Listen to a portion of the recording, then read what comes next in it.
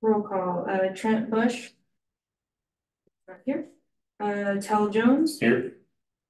Ted Rockwell. Ted. Not here. Andrew Shoemaker. Here. Danica Powell. Yes, here. Okay.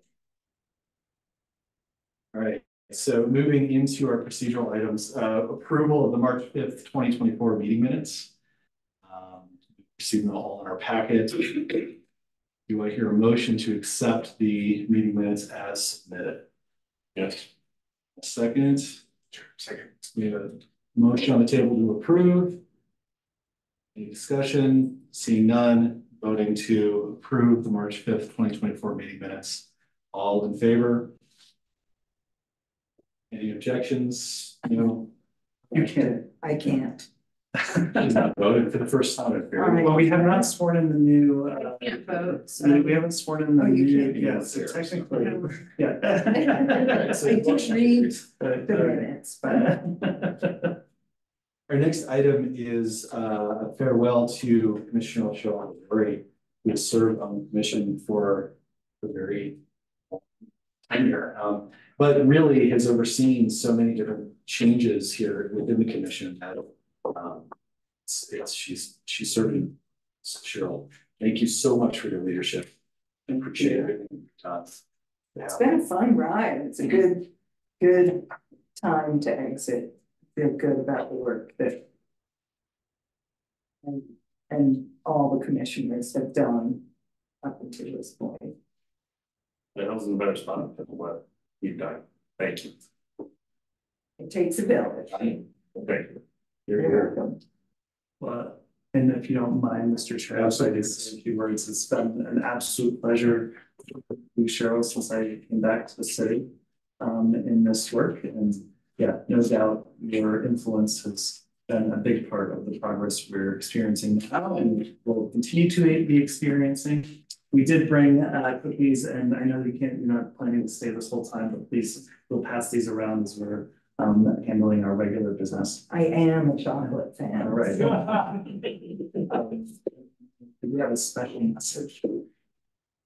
Those are assorted. It's like these. All right, first, Chuck, just a token of our appreciation. We Okay. also have it's really been a something pleasure to work with all of you. I've been all around for a long time. I'm sure there's a spot at the box where this will fit nicely. If you would like, I'm not going to open it for you, but Thank you. thank you for your many years. The size of the is commensurate to the amount of years. I'm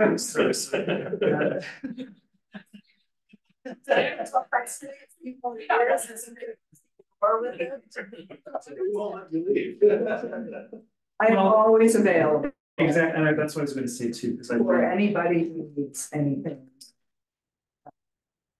Maybe I'll be able to participate a little more back with the Hill Boulder and some, in some ways. Yes, we have no doubt that we will continue to see you and be involved in the work that you'll be doing on the Hill. Sounds like you got something maybe working next year. Well, thank you. We'll be in touch. Thank you so much, Cheryl. Thank you.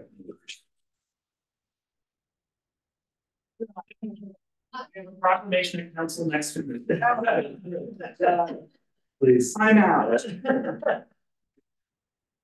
I'll let you get down to business because you have to swear in. I'm gonna take the cookie with me. Thank you. Appreciate everything everybody's done. Are you going to widespread? Peter? Yeah, I'll be going in, yes. I'll be Peter's handler, yes. Yeah. Thank you so much. And I I know appreciate you. the appreciation. I know you It's gonna be just like me to walk out without my purse. Good, we're giving a lot in common. Well, and that's the proverbial passing of the baton. So I'm glad you're able to be here. And I know you two know each other. We do. So Big shoes to fill. and you know how to get a hold of each other. Any questions? Thank you very much. I'll see you. Thanks, Cheryl. Okay, that brings us to our next procedural item, which is a welcome and oath of office for new Commissioner Danica Powell.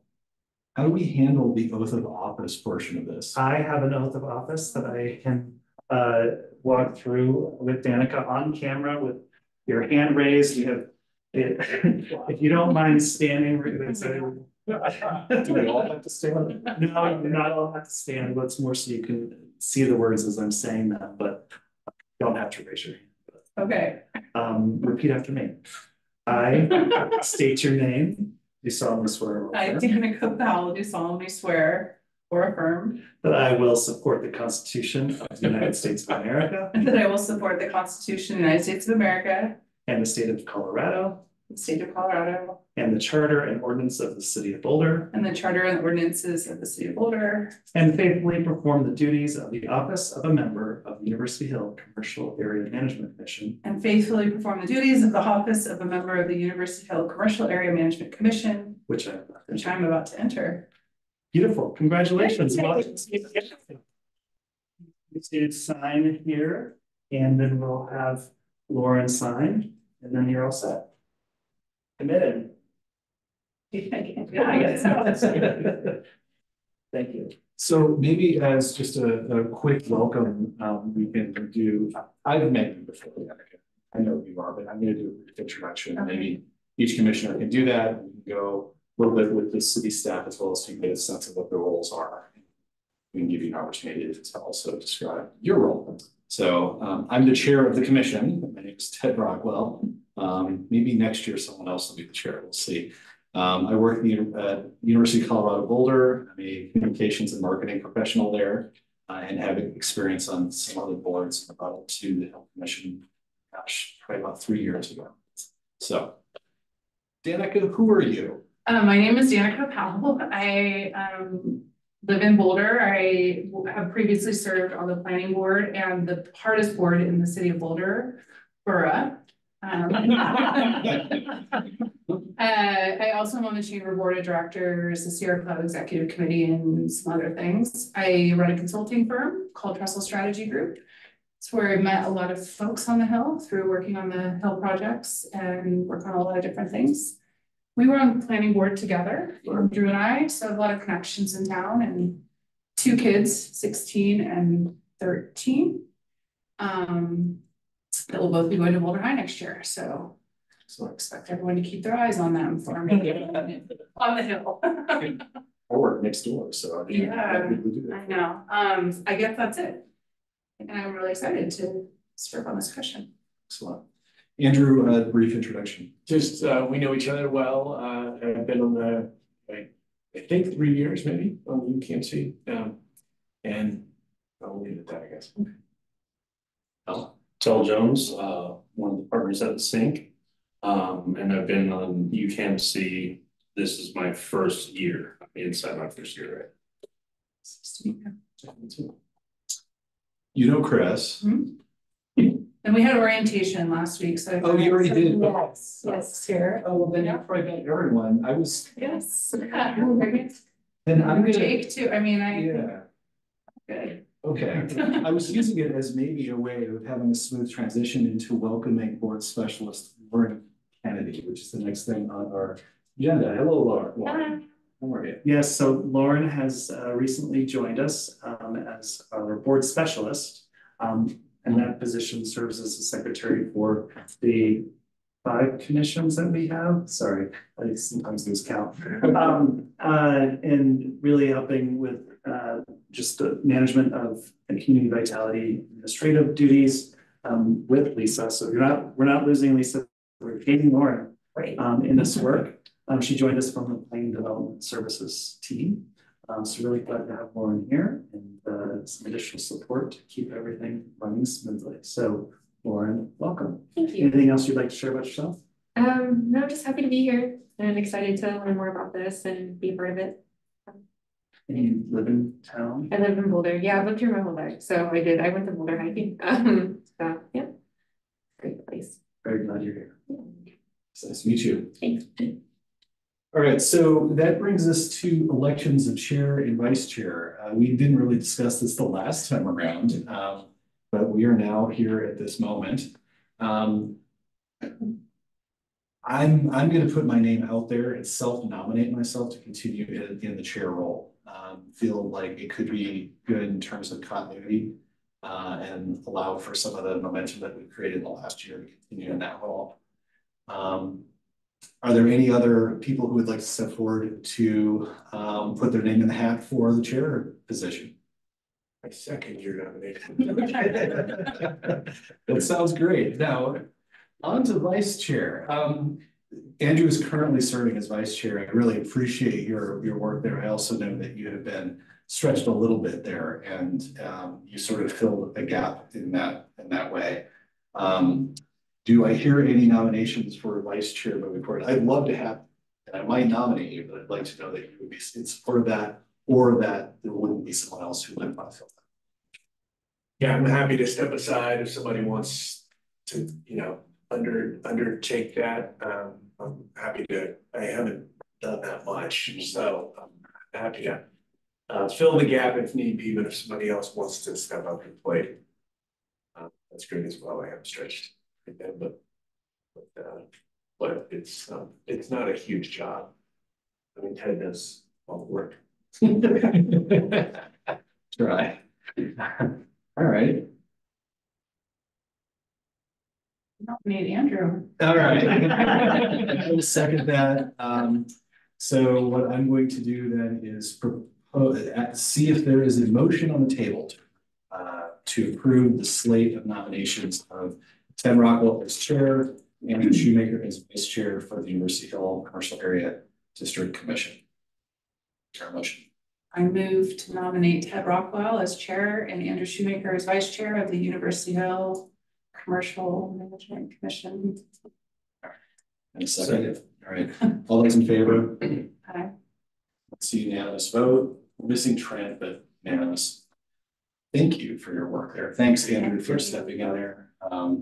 And we are now moving through procedural items to public participation. I understand that we do have someone on the line for public participation. There are two members of the public on the call. If anybody would like to speak at this time, please raise your hand. I have a Mary Ellis has raised her hand. Yeah, so Josh Watson.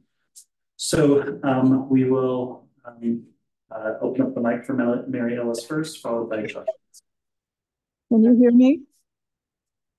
Yeah. Oh, good. Okay. Hi, I'm just here representing the University Hill Neighborhood Association. And boy, things are looking so much better in the commercial district now. Things are really looking cleaned up and it feels much safer place to be after dark. I've heard that the Hill Ambassador Program is very successful. They're very welcoming and are cleaning up a lot of mess that's around. And Nancy asked that I express appreciation for the Hill Merchants Association's communications with residents. And we're looking forward to some good events this summer that will bring some activities to the district.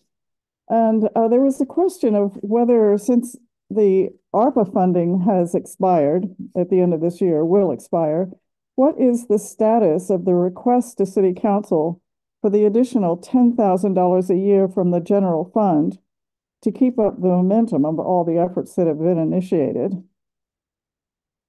That was one question. Another question is if it's possible to get a copy of the ULI TAP 14th Street report or design proposal. Those are the two questions. And then my final comments are the Lime scooter corral design has really worked out so much better than anyone had hoped. It's just really helped us a lot. I just really haven't seen scooters left in the middle of sidewalks anymore for a couple of weeks now. It's just great. And of course, we're all looking forward to the opening of the Moxie Hotel. So that's really all I have to report. And if anyone knows about the status of the $10,000 request from council. Speak to that if you would like. Chris, go run ahead. So we are able to absorb that administratively. So it's already included in the 2025 budget. So no need to go to council to ask for those funds. We're planning on it with the existing budget. Did you hear that, Mary? I had a little trouble hearing that. Could you please restate it? It's, my computer isn't great. Sorry, so we are able to absorb that request within our existing budget. So without going to council to ask for the 10K, we're planning on including that additional amount in our contribution to the Hill Merchants next year and thereafter. So at the end of, through the end of this year, there is funding, and then there will be a request made for 2025. Is that correct? It will, it's already included. So it's in the planned budget. So without even having to have a council formal request for 10,000 additional dollars, we've already administratively included that in our 2025 budget. Okay. And the ULI TAP 14th Street design? It is in last month's packet. We can make sure it gets sent out. Yeah. Yep. Okay, great. Thank you. That's all I had. Thank you. Thank you, Mary. I'm glad to hear that the Lime scooter situation is better than anticipated. Oh, it's really wonderful, actually. Excellent. Does anyone have any questions or follow-ups for Mary? Okay. Excellent. Do we have another person, Josh Watson? We see your hand. Here. Okay. Can you guys see and hear me? Yes. We can't see you, but we can hear you. You can't see me. Okay. Let me see if I can. And I don't know. Yeah, as part of these meetings, we will not be able to see you. Sorry. Okay, no problem. Hey guys. So my name is Josh. A lot of you have gotten over the past month or so the tree report I did, as well as the proposal for planting the empty tree wells. And I just showed up today to see if you guys had any questions about any of the stuff I had in there. My background was an arborist here in the city of Boulder. So I had a lot of interaction with the forestry department during that time. I have since retired from being an arborist. I'd always kind of worked as a massage therapist, so I opened this office on the Hill almost 2 years ago now. And so I was just walking around, I saw the tree wells empty, and I just started taking a clipboard with me and started noticing how many were missing. I didn't know it was quite so many, so I just made a map, and here we are today. So I just kind of think of me as a resource. I will gladly bash forestry's policies. Over the years, I think a lot of foresters and arborists that are local do not really speak out against the city on stuff because of those city contracts. And where, in my case, I'm retired, I'm no longer going to be getting those contracts in any sense. I really don't have a horse in the race anymore, and I'm glad to offer any information that I can.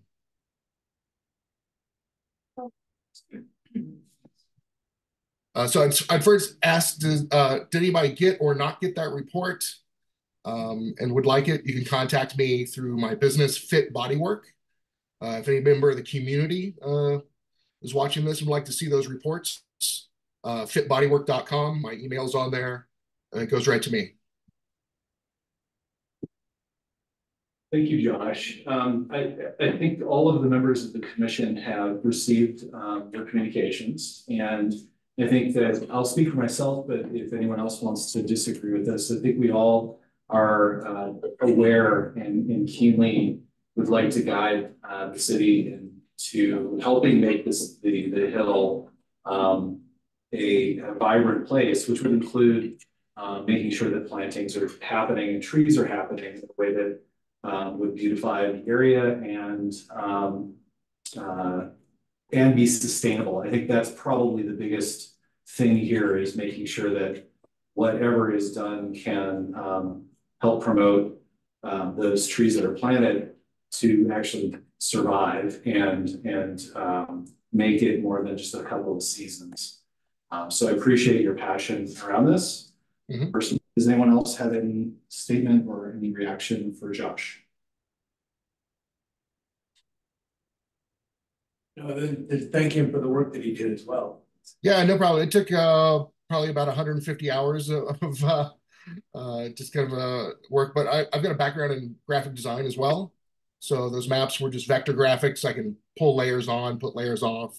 So if anybody has any requests for those maps to be customized, I can do that. But and also as of this week, I just reported to forestry, we just lost about 3 more trees for this spring.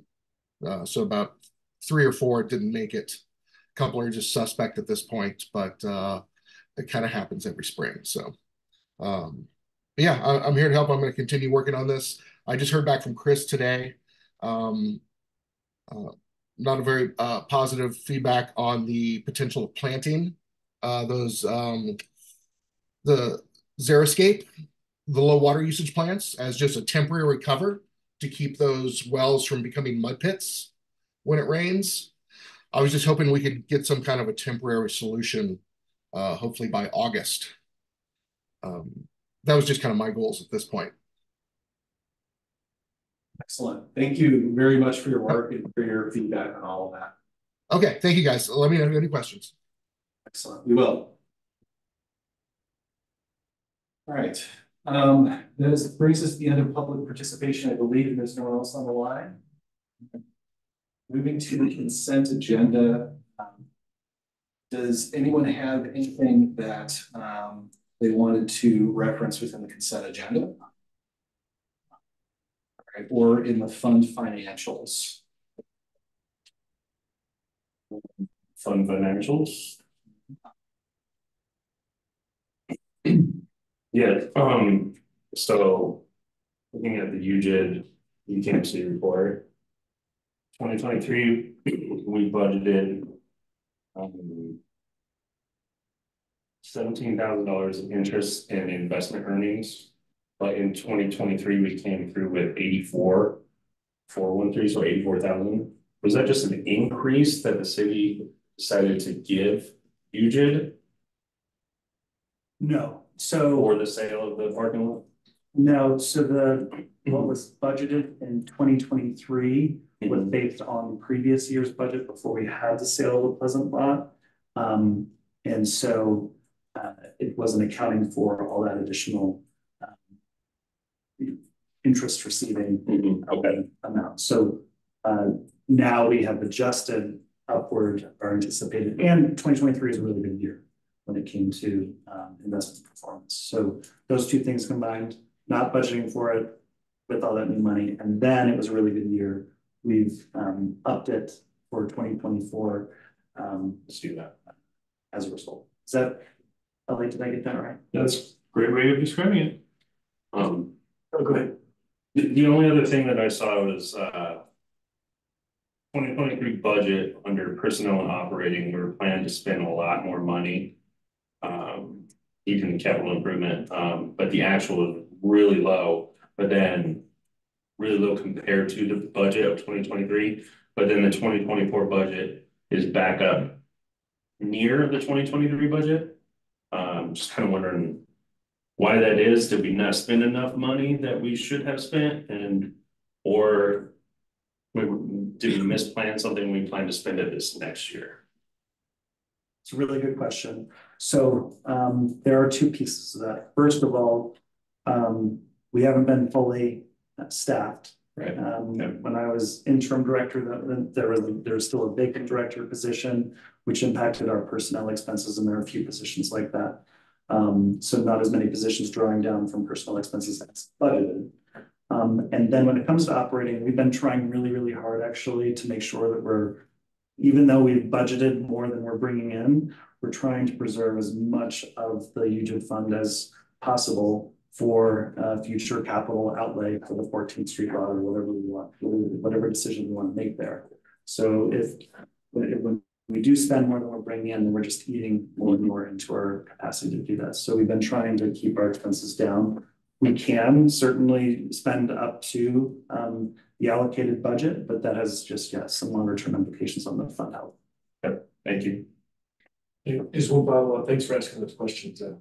The 48,000 or 48,320 on the budget for the next year's interest, is that just being conservative, or is that why it's kind of half? Exactly. Just those in case rates change, right? Exactly. Okay. And those numbers, I believe, are just given to us from the finance department. So that's why there was some lag unless I'm incorrect there, right, Elliot? Yeah, we get guidelines from central finance that help us understand kind of what our portfolio could perform as. And they're very conservative, as you can see, our budget to actuals for 23 obviously reflects how conservative they can be. Right. But in part, that was because the cash balance for the interest to be able to accrue on was not factored into that 17,000 because of the sale of the Pleasant Street route. $2 million can make a lot of interest if you let it sit for a while, so.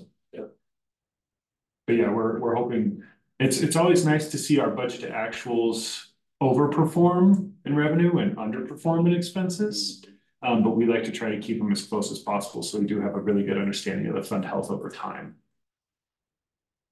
Just trying to get used to the flow. Yeah, 100%. And then I guess the only other thing that I saw in this report, it seems like whether you're looking at the hourly visits or the daily visits or whatever, we're definitely lower than we were last year with people coming into town. Is that a direct correlation with the construction that's going on?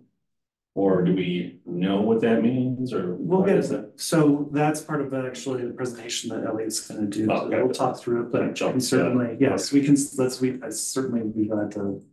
You're thinking, Yes, putting the pieces together, it's. you read your packet. Yeah.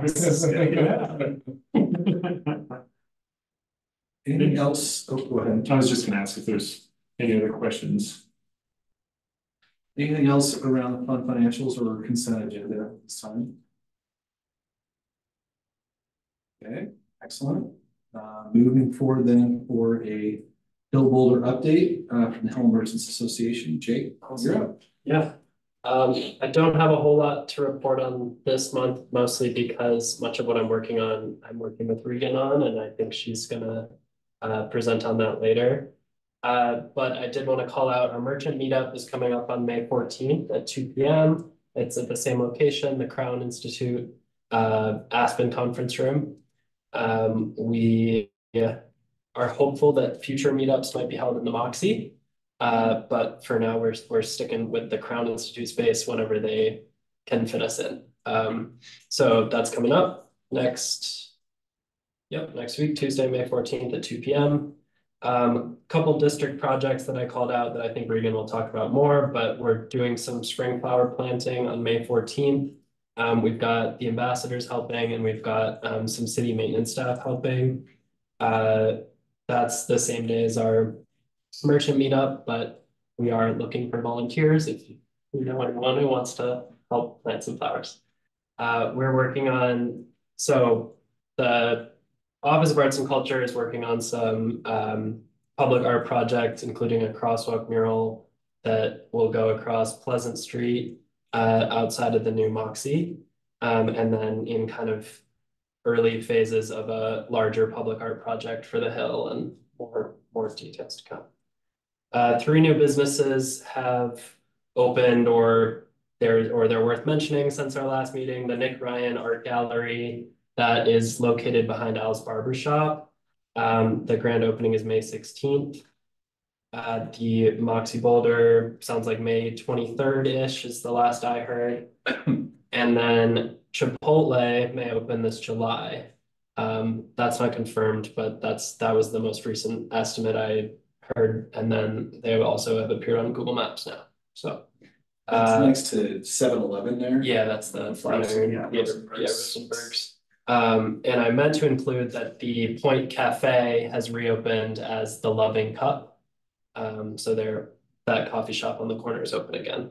Dun Dun Box has closed. That was where the old Scrooge Mackey spot. No word on, didn't hear why, but I reached out. We'll see if they respond. That's all I've got. Do you have any questions for Jake or? Yeah, I actually do have a question. Are all of these businesses up on the hill that have been getting closed down, even I guess downtown, are these all due to stings? Are they due to what? To the stings that are going around? I've Or heard is this just none of these are related to that. I've heard things about like Chicken on the Hill, Taco Junkie? Was that I sting influenced, or is that just they did something different? I do not know. Okay, Yeah. I was just wondering. I do not know. My understanding is that Chicken on the Hill and Taco Junkie are open. I think they were closed for a brief period. My understanding is that things have been resolved enough that they are now open. Yeah. 7-Eleven was hit on that same. Right, that's true, right. What does Sting mean? They were underage alcohol sales. And so they were shut down for a period of time as a result of being in violation of that. I think they needed to pay, I'm not entirely clear on this, but I think that those businesses had to pay a fine in order to go. So basically they send somebody in that's underage to try and buy alcohol. Okay. I guess With, that up. with a real ID that shows that they're underage. Okay. And still allowing it to happen. Any other questions for Jake before we move forward to the agenda? You talked about wayfinding. I'll talk about wayfinding. Okay, I just got a note on that. I missed something. Okay. Okay. Yeah. Jake, do you know, the Moxie's opening, but there are also probably a couple of other businesses within the Moxie potentially. Do you know much about those details? Yeah, I have not heard any opening dates for the Mr. Oso and the cafe. I think those are the no, but I have not heard details. Yeah, but I will hopefully include them in the next one. I'm assuming those details should be available by. They might be open by then. Yeah, exactly. So. All right. I think, no, I think they're Aviano is the other one. Mr. Oso and Aviano. Okay, yeah, that sounds right. And I think they're trying to get their liquor license. Sure. Don't worry. So with any luck, maybe by the next meeting. By next year. Oh, actually, let me add one thing that this reminds me of. So Visit Boulder and Saber Productions, Jess Benjamin, they have helped set up a Taste of the Hill tour for the Moxie employees. That's on the 21st. So they'll bring they've got most of the employees already in place at the Moxie, so they'll bring them around and kind of give them little 21st of this month? Let me double check.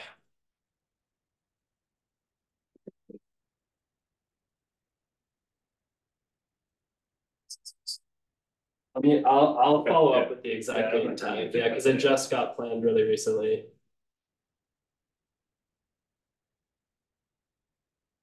Anything else for Jake? It is the 21st of this month, yeah. You'll feature that in that Hill Merchants Association meeting on Tuesday. Correct. Yes. Excellent. Moving forward in our agenda over to matters from staff. Elliot Lamonte, you are up first. So maybe I'll do a little bit of an intro before Elliot, so I can maybe give some time for slides to get up. So the city has access to a new platform called Placer AI. This is an AI platform that utilizes cell phone data, much like market research folks have been doing for many, many years now. But it is able to provide a tool that we're able to easily extrapolate some interesting data in a pretty efficient way. We're not having to pay an outside consultant to do it on a regular basis. We're able to use our license to do the work ourselves. And so we're really looking forward to being able to provide regular updates to all of our commissions and our GIDs on visitor data that we're getting from this platform. And so Elliot has volunteered to be our presenter and putting these reports together on a quarterly basis. And maybe like at the end of the year, we'll do a full year report for how things went. But yeah, with that, I will hand it over to Elliot to talk through what we're seeing. Great. Then Chris will pick up the pieces as they drop them. So to Chris's point, Placer AI is the software platform we're using. This report is looking at Q1 from 23 and 24, and it's basically visitation numbers is what we're looking at. So it's an aggregate number of basically any cell phone that pings within this area. If you have any of the geolocation stuff turned on your cell phone, this is feeding into that data. So it's all anonymous. None of it has any data privacy issues with it involved in it, but it does help us get a good understanding of at least what cell phones are doing, which pretty much everyone has a cell phone these days, so what people are doing. So this is our area, obviously the University Hill General Improvement District. So that's the geofence that we put around this area to help us kind of track movement of people. And we'll get into some of the cool details.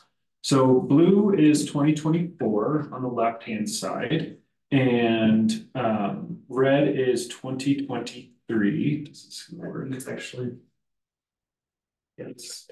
And you can see there that, you know, in 23, we had a little bit more visitation in Q1 than we did in 24. 2023 was actually a very good year economically in terms of, well, as we saw with the interest rates, and also visitations, people were out more, those types of things. I think the inflation woes and everything else that's going on in the world is just slowing things down a little bit, and people are getting a little fatigued. But I think some of the interesting remarks you can see here is that the average dwell time, so how long people actually spent within University Hill, was also a little bit higher. So not only were we getting more visitors, but they were also staying longer. So that was kind of an interesting note to make. And my note on, so something that's really interesting about this is this panel visits line. That's the number of pings that they actually use to extrapolate the estimated number of folks who are visiting the space. And that number went up, which might be, you know, their algorithm might have said that actually more people have their location services turned on, and so they do these calculations.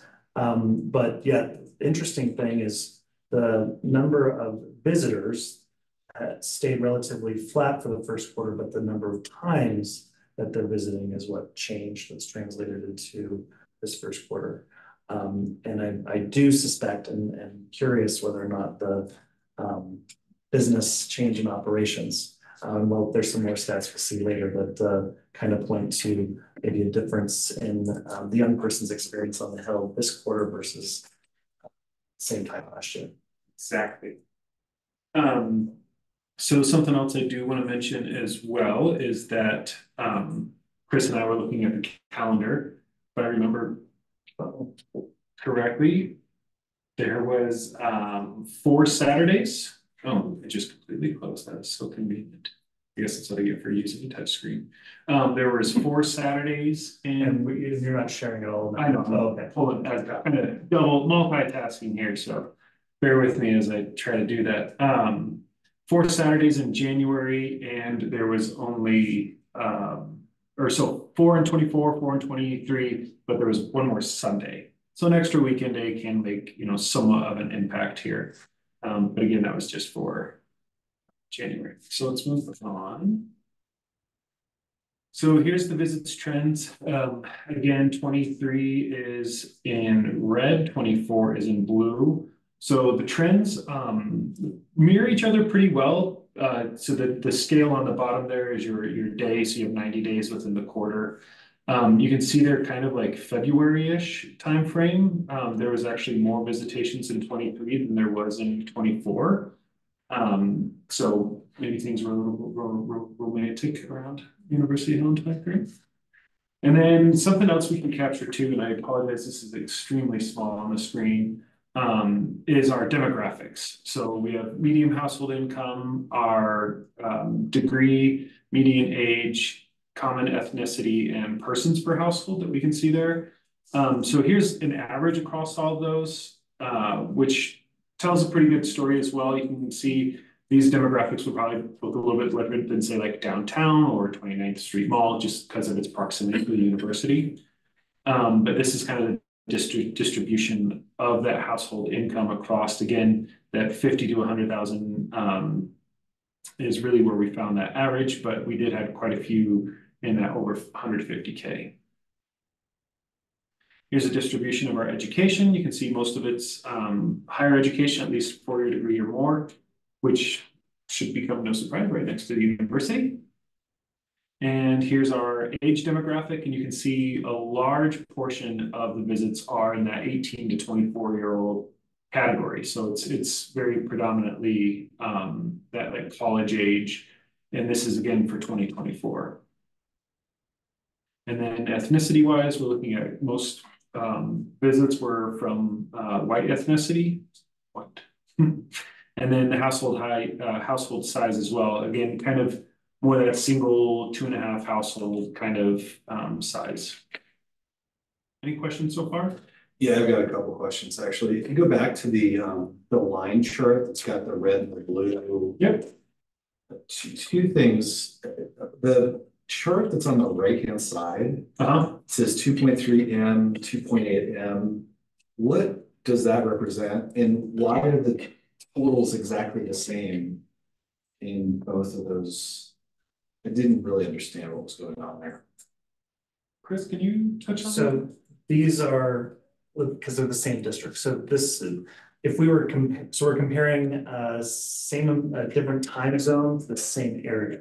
So what we can also do is compare University Hill to downtown Boulder, and then those numbers will be different because it's different visitation.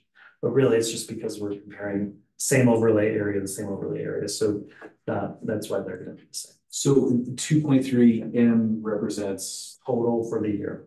number Number of visitors Got it. in a total year. Thank you. So is the legend in the bottom incorrect then? Because it says first quarter of 2023 and 20. So that's just pertains to the line graph, not the total numbers. So the chart on the right is total number for the year. Yep. In 21 is 2.3 So million. the colors on the Yeah, so it's a right little, don't really mean anything. they do, it's year over year, it's the two different years, or the two different colors. But seems how there's two different, it's almost treating it like it's two different areas, but it's the same area, it's just over 2 different years. So it's the way Placer A aggregates the data. So the table on the right is a little misleading because it looks as if there's 2 different sections, but really it's the same exact thing because it's all University Hill. So that's why the numbers repeat 2.3 million, 2.8 million, 3.4, 3.6. So I get that. I just the colors, I guess, don't relate to anything. Yeah, in the table, they don't really, on the graph, they're Irrelevant, yeah. And then just a question about, or just a thought, I'm wondering what the weather was like in February year over year. And Yeah. Is that, I didn't see anything like that in here, but I know a lot of the businesses on the hill track weather as something. Yeah. In terms of foot traffic, number of people coming in on any particular week. That's a good point. Yeah, and then well, the system does track that. This is a populated report in a PDF, but happy to sit down with you on a one-on-one kind of, but it does track all those things. It tracks special events that are going on. And so we are able to see that. I think for the benefit of our work, it's more trends over time. And yeah, weather certainly does play a significant factor in activity and something that we do look at and can look at using this app. Thank you. Of course. Will we be looking at this every quarter? Yep. Through every one of these? That's the intent. Yep. So we can kind of continue to watch the. So after graduation comes tourism, and that's is that halfway between quarters two? So we'll see it like completely switch from students or 18 to 24 to. Yeah. I mean, Right. June. So you have January to March, April to June, July to September, October to December, right? So that June timeframe is going to be that big transition between the, your largely college population to more of a tourist population. So demographics could change. Yeah. Well, and again, what we're hoping is now that we know that we have this data with the new hotels and the conference center opening up, we're going to hopefully be able to see and point to that what we have been seeing. And this data goes back to 2017. And I have run annual reports. We didn't want to overwhelm you with all the data. And yeah, we do see a complete drop off in May. And then everything builds back up in the fall. And we're hoping that with the anticipated economic generators, we're going to see those numbers be different in the summer and winter when CU's out of session. And we'll be able to show it. Right. So It brings up an interesting point that probably is next level at this point because we're just being introduced to this kind of idea and this data, but that perhaps on the Hill, quarterly reports might not be the best way to measure summer traffic. And I'm wondering if there's a way of building a kind of between mid-May and mid-August kind of report, which bridges quarters. I think for now, quarterly is perfectly acceptable and we're gonna be able to see things. But I do wonder, given the way traffic works for this particular commercial district, if something like that might not be in order. Yeah, we can create date filters to pick the last day of graduation, compared to last day of graduation. I think we have a lot of flexibility within how we pull these reports. This is more of a an introduction. Yeah. But it's great. I'm glad we're seeing out a lot of ideas. And crawl before we walk. That's exactly right. That's exactly right. All right, thank you. Of course. So these here, this is kind of a trade at heat map here that shows some of the like home locations. So where people are coming from and going to. So anything that's in that bluish color is greater than 755,000. And then you can kind of see how it kind of plays out on that. That's the opposite. Other way around. Thank you. Yeah. Less than. Yes. So 753 people. Right. Thank you. Yes, so you can see the majority of visits are in red, which makes a lot more sense than the people coming in blue. This one here is kind of interesting as well. It tells you what people are doing before they come to, like where they're coming from to get to the hill, and then where they're going to. You can see the majority of it is home. So most people are coming from home to the hill and then going from the hill to home. But you can also see that colleges and universities, obviously, and student residential has a lot to do with that. No, I think big surprises here. Although that hotels and casinos, that might change a little bit. We have no casinos here. Yeah, I already. I eat lunch on the hill 2 or 3 times a week, and I was interested to kind of see like a work to work. And I was curious why Post wasn't work. Maybe it just sees me as a university employee. I'm going back to a college or university in that case. Yeah. But the geofence for CU would be the university would show up as work. So yeah, okay. So people are leaving work, getting drunk, and then they can't make it back to work. No, I'm kidding. That is interesting. They aren't going back to work though. Yeah. So maybe it's time of day. Well, and then the next slide is something that is very telling. Yeah, so this looks more about the distribution of those daily visits. Again, 24 versus 23, blue versus red, and kind of like the days of the week that people are visiting this area. So you can see it's a little bit more heavy on the Thursday, Friday, Saturday. We would see that across really any of our districts. More people go out on the weekends, no surprise there. But then even furthermore, we can kind of see the time of day on that next one, which does have like a nice like afternoon, starts to pick up and starts to die off there around 10, 11, 12 o'clock at night. So there's that little lull in the very early morning hours, so people aren't crawling around too much, especially in 2024, but a lot of that has to do with the number of visits. So what's really interesting here is we are seeing the stats that the busiest time on the hill is at 10 o'clock at night. It is busier on the hill these days at 10, 11, 12 o'clock at night than it is in downtown Boulder.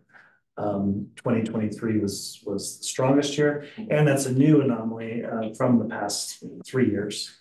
That was not the case 3-4 years ago. So we are seeing some changes in behavior, and that's where that home to the hill to home comes from. Is a huge number of the visitors are after school, they've gone home, then they've gone back out, and then they go back home before they go back to school, hopefully. But they're not getting up very early, it looks like. So they schedules at CU accordingly to their but just really interesting numbers, but we are seeing they've dropped a bit in 2024, and I suspect now that the police department has caught up with some of the behaviors of some businesses on the hill, it's changed a bit in the experience that folks are having. And still not visiting as often. That's what I suspect. Visit durations, that next one there. So this is the length of the visit, if you will. You can see there's actually quite a bit of visitation that does go over that 150 minute, which is pretty neat to see, but a lot of it's aggregate around that 15 to 45 minute, even 23 versus 24. So lunch, go to get a quick lunch, going back to the office, those types of things. And then these are the routes that people are taking to get to the hill. Then you can see obviously the majority of it that's coming down Broadway, but there are some ancillary streets, and then of course Regent Drive with the university and everything else. So this data is really helpful for our wayfinding conversations and thinking about that. Unfortunately, Placer.ai is not yet able to distill out pedestrians from cars. So this is just largely people driving, which is not the only demographic we're trying to reach with our wayfinding work. And this is the journey to the hill. We are also able to see the journey from the hill where folks are headed after they've left. Fortunately, Placer.ai only lets you populate a report with one or the other, not both. So we're showing you the two journey in this report. Is the university itself blacked out in this data? Because it seems to not, I would expect there to be a lot of foot traffic. Well, Broadway there. Right, and this is just car traffic. Yeah. So I'm sorry. Yeah. Okay. So actually the Leeds School of Business, Brian Lewandowski, they have a license for Placer.ai too, and they've been geofencing all the CU properties, and so you can look at Folsom Field. Got it. Football is not the biggest draw. I'm sure you can imagine what the biggest draw last year was for. Yep.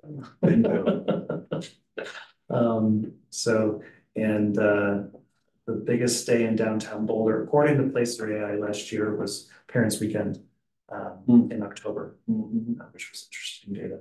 Folks presumed it would be Memorial Day, though there is one caveat when you're using cell phone data. If you have a big event like a race event where people might not bring their cell phones with them, then you're not going to get those numbers. So there are some caveats to using this data. It's not. That's why I want to point to. It's more, can we see trends over time?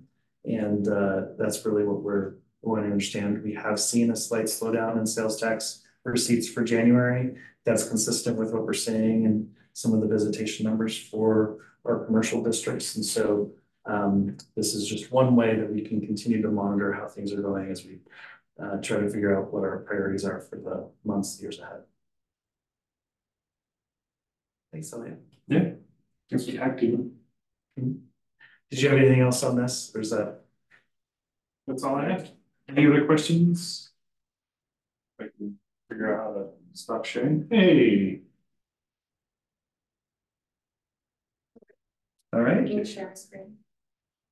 Great. Now we'll move on to Regan's update on where we're at with the wayfinding work and other revitalization efforts.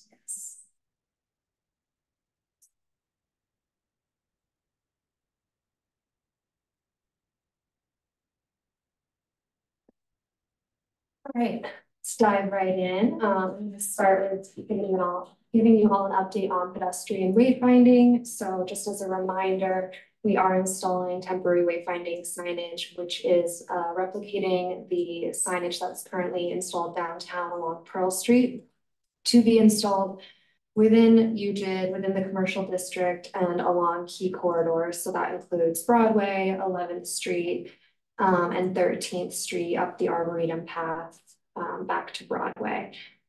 At this point, we are in the final stages of finalizing the signs with the designer, and I think we're on track with installing them on existing lampposts that we've identified by Memorial Day, which is exciting. So hopefully that'll be all set and ready to go before the hotel opens, fingers crossed.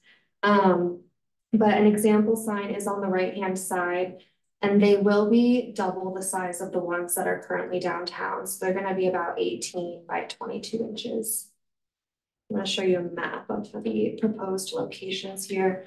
Ignore the numbering system. This correlates with the Excel spreadsheet that I have, but this just gives you a general idea of where they will be located. So again, as you can see, going up 11th Street, they'll be on the pedestrian scale lighting along Broadway, and then again on 13th, going up the Arboretum all the way to downtown. Tel, did you say you had a question about pedestrian wayfinding? Yeah, so if you're driving southbound on Broadway, going up from here up to the Moxie, there's a sign from years ago when it was parking on the right. It says parking with a big P and then points to the right. It's just still sitting there. We're planning on removing Oh, that. okay. I just noticed it the other day. Yeah. Yeah, I can't believe I didn't notice that before, but I would imagine people are confused quite often. I'm sure it is. There's one on the northbound side too. Is there? So we're removing them. Okay, cool. Good eye, good eye. Yeah. Yeah. Very 10 years. I guess if you're moving on, I just have one more question. Yeah. Do they have other, if you go back one slide, Mhm. are there other things besides those four? Things Yes. like Chautauqua and Yeah, like totally. Boulder So- Creek Deep or cars. something? Yeah, there are several landmarks, and then there will also be several locations where it's just this way to downtown and on the other side, this way to the hill, to really help visitors kind of navigate between the two districts. But yeah, there are several more landmarks on the other sides. In other words, the signs are location specific. Exactly, yeah. And there are two signs on CU's property. I think it's 28 and 29, but we've already received approval from them and they're excited to help us out with this.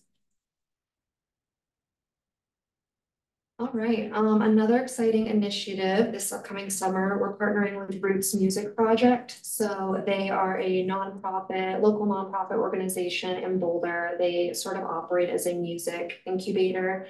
They help up and coming artists kind of find a stage and a presence. So they will be producing a live music event series that will feature a talented youth artist, 2 emerging local acts, and 1 established regional act for each event. The dates are listed there as well as their flyer on the right-hand side. I can't remember, what is it called? It's called On the Rise concert series, yes. And there will be 1 event. So the first 3 are on the Hill Event Street, and then the final one in September will be in Boulder Junction and Depot Square Plaza. And so right now we're working on finalizing our agreement with them and getting that final approval to do an event in Depot Square, and the musicians have not yet been selected. That's still in progress. Jake touched on this briefly during his update, but we are working with a mural artist to create an artistic crosswalk design across Pleasant Street at Broadway. And the intent is for the design to flow up onto the sidewalk as well.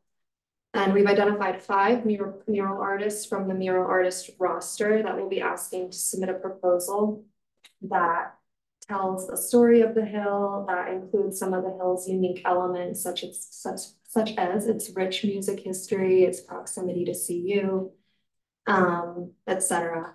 And so the mural artists are going to submit a proposal by end of May, and then hopefully selection and installation will take place in June, going into July. Is there an opportunity for any of the commissioners to participate in the selection process? Yeah, absolutely. Once we get the proposals from the 5 mural artists, I'm more than happy to share that. Yeah.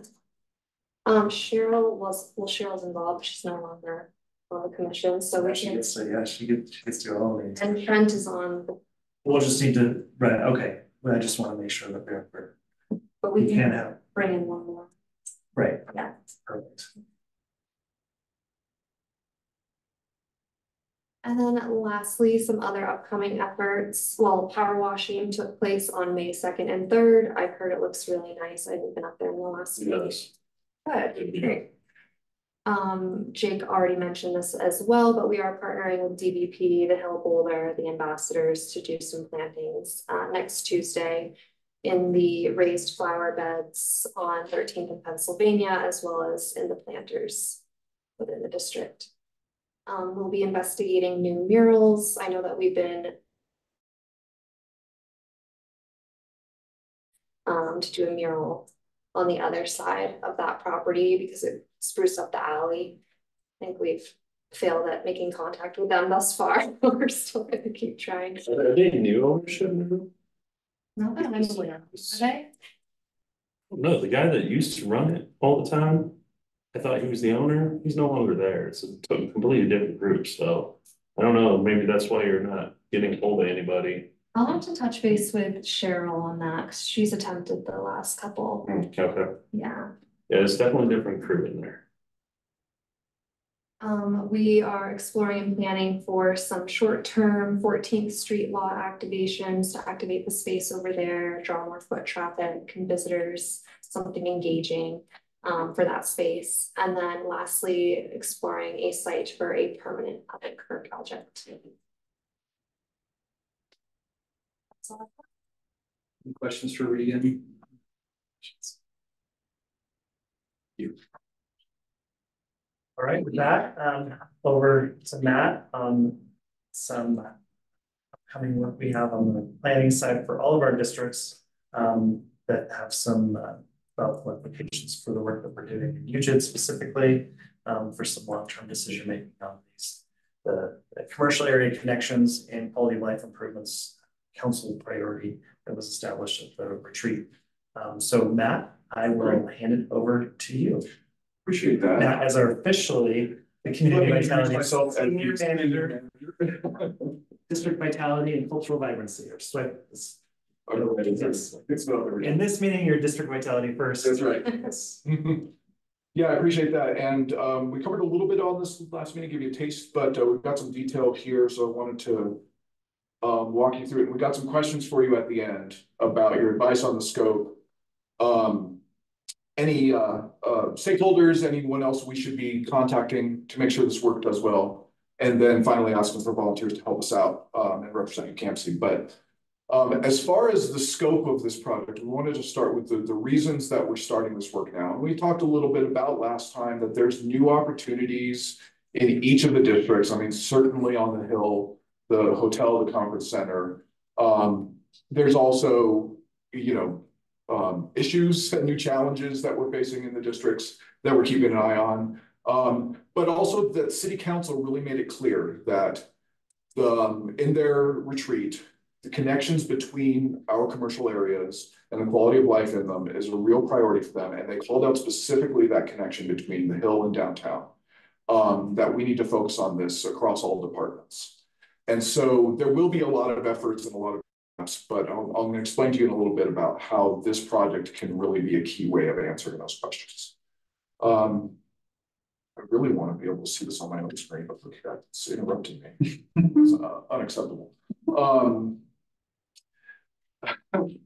But one of the key ways to understand this is that it does, this project does ultimately work its way into some recommendations for you and City Council as the Board of Board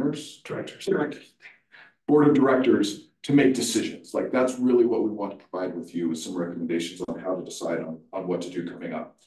The sequencing of how we'll get to that is first going out to the community, stakeholders, people across the city to ask those questions about what the vision is.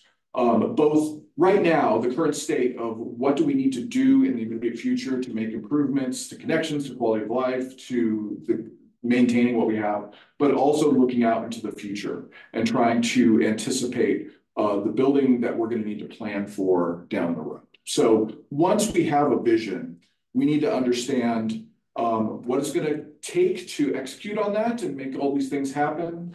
And then how do we prioritize those vision elements? How do we just set forward stages of how we can accomplish these different things? Once we know how much it's going to cost and what we should do first, then we need to know the financial tools, all the governance efficiencies that we need to put in place in order to accomplish that. And then finally, any policy or ordinance or other actions that we need to take. And we're going to do all of that in a quick 15 months. So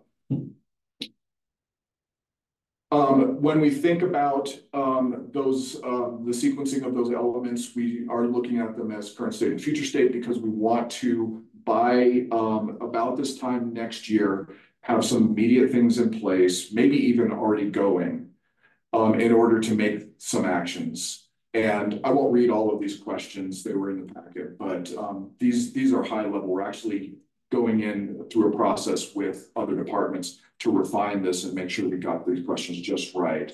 And then also the future state, right, is to understand the long term. So I have a vision of a matrix of first future state, current state, all of the elements. It's going to be beautiful.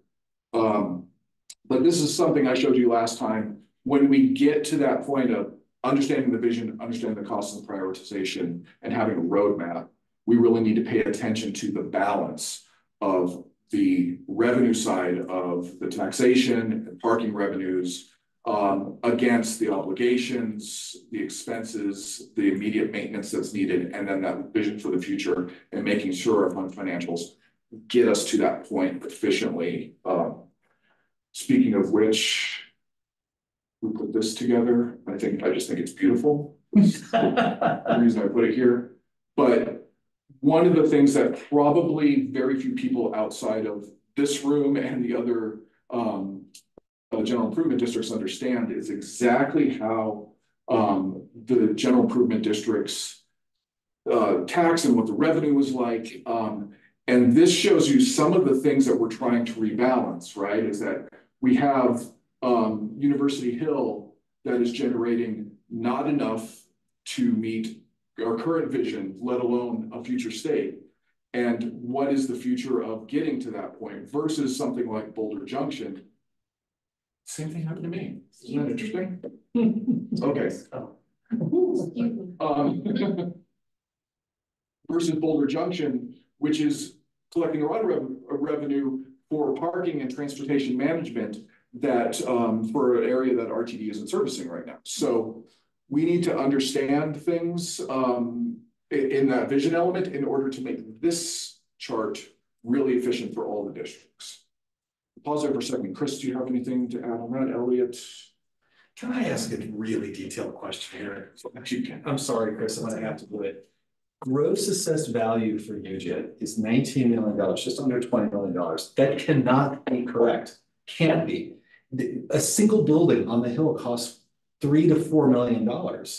And so I'm wondering, how do we come up with that number when all you have to do is look at the hill and you see multiple buildings where you just tally it up and you're at $20 million halfway down the block.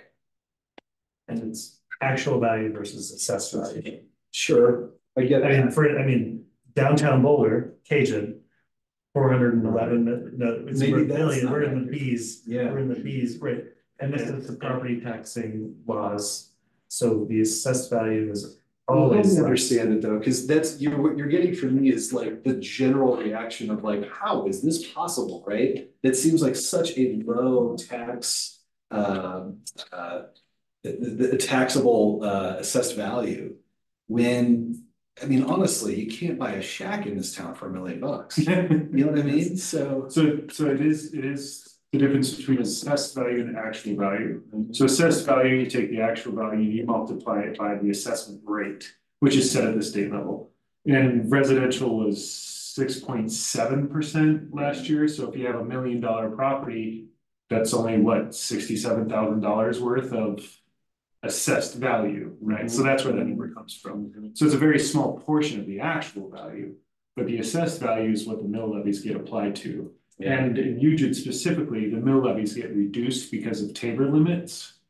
So the full mill levy authority when UJIT was formed is 4.984, but due to revenue limits from times ago, it's gotten limited to 1.691. So it's kind of a twofold. You have the assessment rate, and all of this is going to be very much in your face come this ballot year. And it's currently being debated right now. And actually today is the 7th, so it's no longer being debated in the state Senate because yesterday was the end of legislation for 2023-2024. So I don't know what happened to that bill. Colorado is really proud of its low property tax rates. Sure. And there's a lot of work that goes on to keep it that way, which translates into challenges for property tax-based entities. The downtown Boulder Business Improvement District is dealing with some of these same challenges because there has been an effort to reduce individual property tax burdens, which then translates into reduced revenues for property tax districts. I appreciate the explanation. I went through this, I'm not a numbers guy, I'm a communications guy. That slapped me across the face. Not just the actual mill versus what the mill levy is before revenue limits. That's effectively, we're 1/3 where we would need to be. But then the gross assessed value seems so woefully low. It's like how you can't, I think my property taxes might be more than that or something. $3,000 is nothing. It is so small. It is, yes, it is. Yeah, well, so the $33,000, that's a very small portion of your tax bill. Yeah. It's what, 2% of your full tax bill is actually going to UGID. So if you're. You live in UGID. If you live in UGID, if you own property in UGID. And there's not a lot of residential in UGID, it's mostly commercial. So can I just try, I mean, this is really, I Yeah. totally don't get this either, but is the gross assessed value of property assessed, you take all the property, you apply the commercial tax rate, because it's mostly commercial, Correct, and then that's the 19 million. correct. So, and isn't the commercial taxing rate like 20%? 22. So it's 20% of the gross assessed value of all the land. Actually, yeah, I mean, Okay, so so I kind of got it. multiply that by 4-ish. 4.5-ish, that's gonna give you a little bit more of an insight into the actual values of properties. So more of like 80 million, 90 million, 100 million, somewhere around there is probably a little bit closer to the actual value. I can get you those Still numbers. sounds low, It comes from the county. Right, and the total, right, so the total mills that you can see in each of the second line, each of the districts have different total property taxing obligation between Boulder Valley School District and Boulder County and all these things. And so our GIDs are just a very small portion of the overall tax burden, property tax burden. It all whittles down to, at least for each of a very small amount of money. So why on the column on the right, we have district revenue of over $500,000, but only 56 in assessed value versus those percentages are completely way off versus UGID. That's The mills. the mills, the number of mills. So yeah, Okay. on the hill, we only like 1.7 mils. And that wasn't the original mill, it's been ratcheted down through Tabor laws, where BJAD, parking and TDM have been debruced and not subjected to the Tabor restrictions. We could go through that process with a vote of property owners on the hill to debruce the district. That's an option that we want to explore with you all. If we want to figure out a way to generate more revenues for the GID. You'd still just go to 4.984. Exactly. That's correct.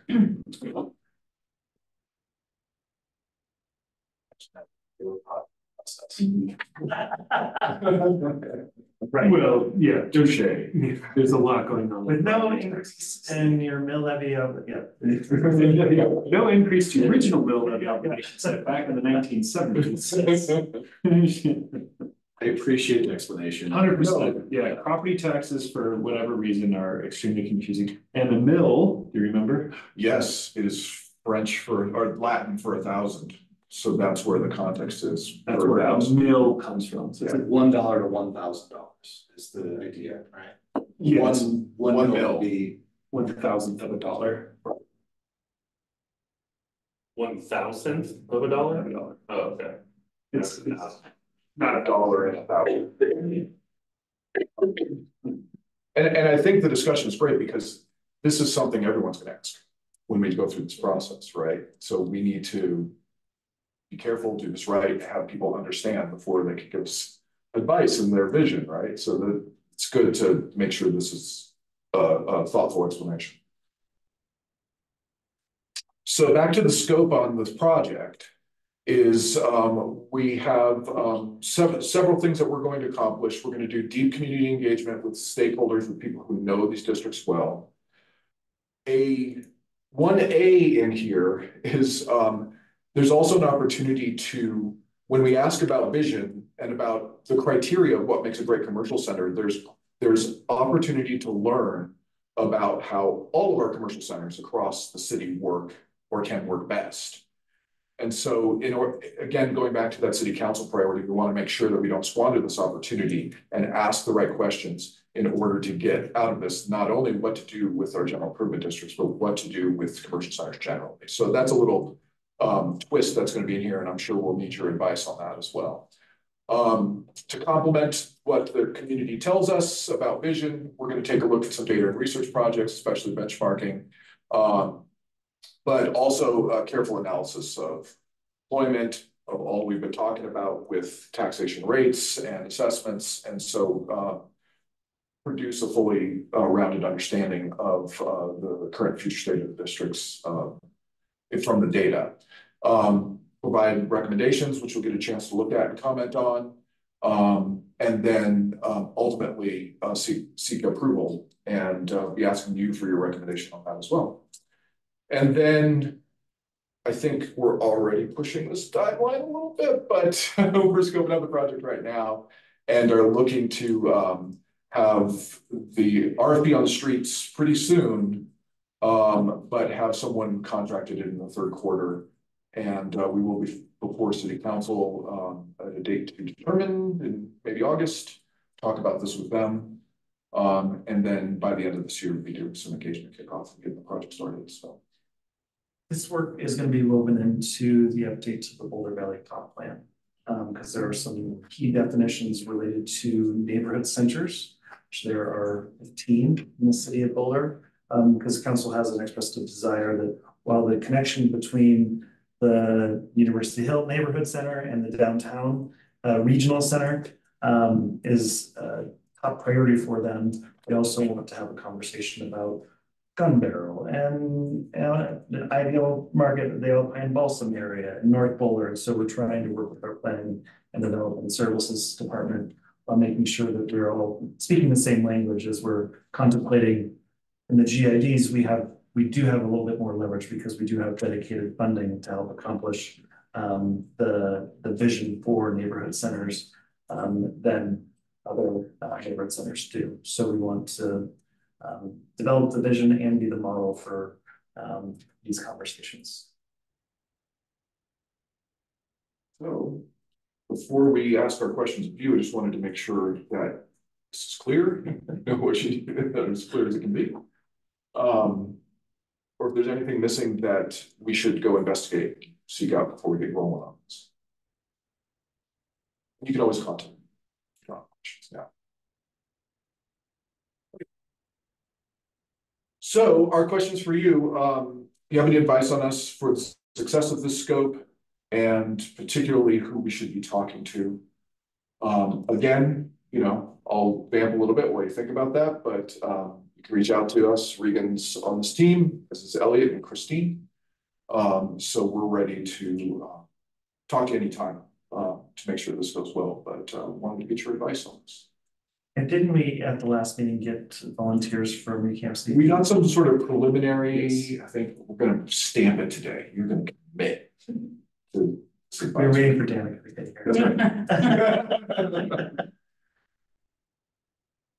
I was just thinking like using this data that you have and really trying and get stakeholders that represent the visitors and people that are coming to the Hill, which is a lot younger. And I don't know how to do that, but that seems like that if these are the people spending money and time on the Hill, they should be participating in this somehow. Probably not, obviously not making decisions, but I think that would be a group that you'd want to try and have a stakeholder engagement with. The 18 to 24. Yeah. What about alums that come back for football and stuff like that? Are those somebody that we want to? The visitors that would be attracted at the Moxie and the conference center. Okay. Yeah, I mean, I think in addition to that, I just think that that's a hard group and they're not usually they're students. But it just seems like those are the people that the data is showing like overwhelmingly that's who they're on. So we're using this reporting tool. I think it's very valuable to kind of try and hit some stakeholder groups that that makes a lot of sense. I mean, certainly student voices, but someone who has more of an understanding of their. Yeah, and those could be the employers who are employing some of the students or work, seeing them. I don't know. Well, and back to the data, if Parents Weekend is our big Mhm. population in town. The people who coordinate Parents Weekend, parents. Alumni Association. Okay, yeah. That'd be a good one. Yeah. I mean, to broaden the point that Danica is making, I think community engagement here is tricky, and one that probably deserves a significant amount of thought about in terms of who to engage, because there are a lot of residents up there and a lot of business owners, and we don't want their voices to be muted necessarily, but we also need to make sure that it's seen as a commercial area district as well. And that there are people being attracted that, or should be attracted. That's the one thing I would say about Danica's observation. That's an obvious commercial, consumer, customer, but there may be ones that we would want to be engaged with that aren't being attracted currently, that aren't participating. The Hill in particular has that kind of issue. So I don't have any like bright ideas for you how to do that, but it does seem like there's a certain amount of let's help identify what we mean by the community we're engaging. Well, and that's interesting. You make me think too, like that spreads into how we prioritize. Because, I think I'm aware that there's only so much we can do to stop people in Boulder from commenting. Like, we're going to get great engagement, I have no doubt. Yeah. But it's also like, what are the voices that lead us to a reasonable prioritization of the ideas? Care is, I think, the right word. Okay. I mean, when I think about connections between the Hill and downtown, I know you're not soliciting feedback at this moment. No, bring it on. But I'm also a bike rider, and the one big thing that is difficult is that the bike path is on the east side of Broadway. And there is no easy way for the Hill to engage with the bike paths. You can go underneath that overpass there, but then you end up on the Hill and there's really no good way for you to ride your bike in. You can't really, you're either at an alley or on the sidewalk. Okay. And we also know that when they build a conference center, that intersection is interesting. We've got the bike path going right along Broadway, and there's people turning into the hotel space, the conference center space. And there's been, rumblings about potentially building like a bridge or something, out over 13th so that the cars and the bikes don't have to intersect. I wonder if those two ideas couldn't be somehow combined so that the connection, literal connection between downtown and the Hill is really thought through and ends up promoting carless traffic to the Hill or downtown from the Hill, that kind of thing. So there's that's an example of maybe a group that wouldn't necessarily be automatically thought of as part of the community engagement that would happen. But there you go.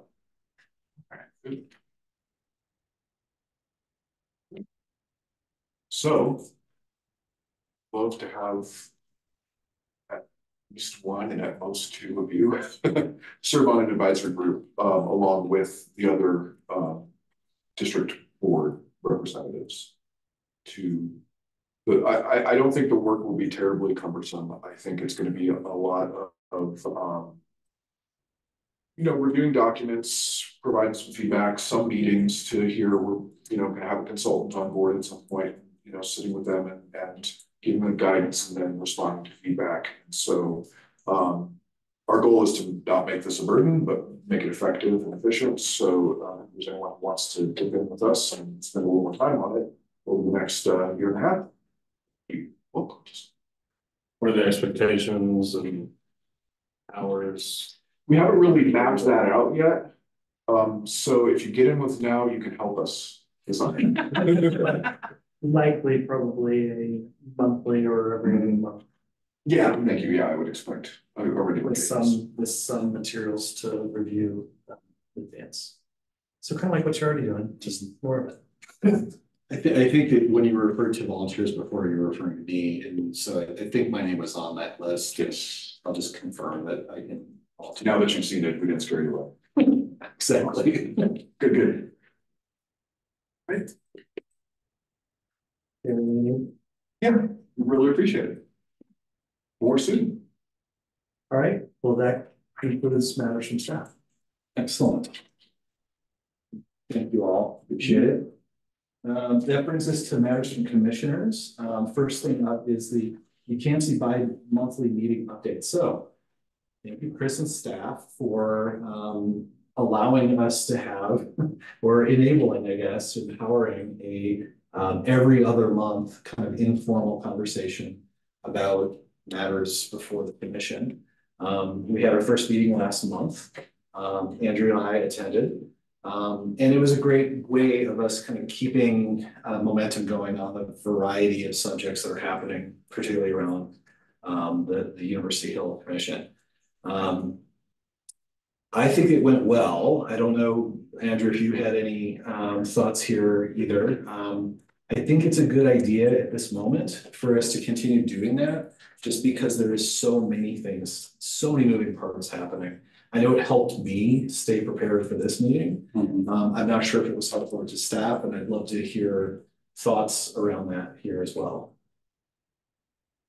Well, I don't want to speak for the team, but personally, I find a regular cadence of check-in keeps us accountable and on task. It's an opportunity to share and have it be a little bit more informal and get some feedback from someone who's interested and involved, to make sure that we're also ready to prepare for the more formal meeting. So I would love to hear from you. I completely agree with that. I think it was helpful just to get back in to the project, just make sure that we're communicating well, and that if there's a need for us to like get some advice from boots on the ground, we have that. So it's great. I think one of the things I wanted to make sure to express to the commission is that this is an informal meeting.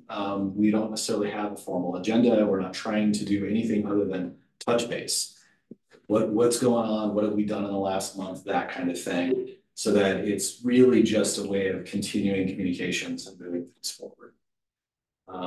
The one thing I'm going to point out is the next one is literally a week from today, which seems strange to me. Wait a minute. Yeah, and so I think it may need to be adjusted.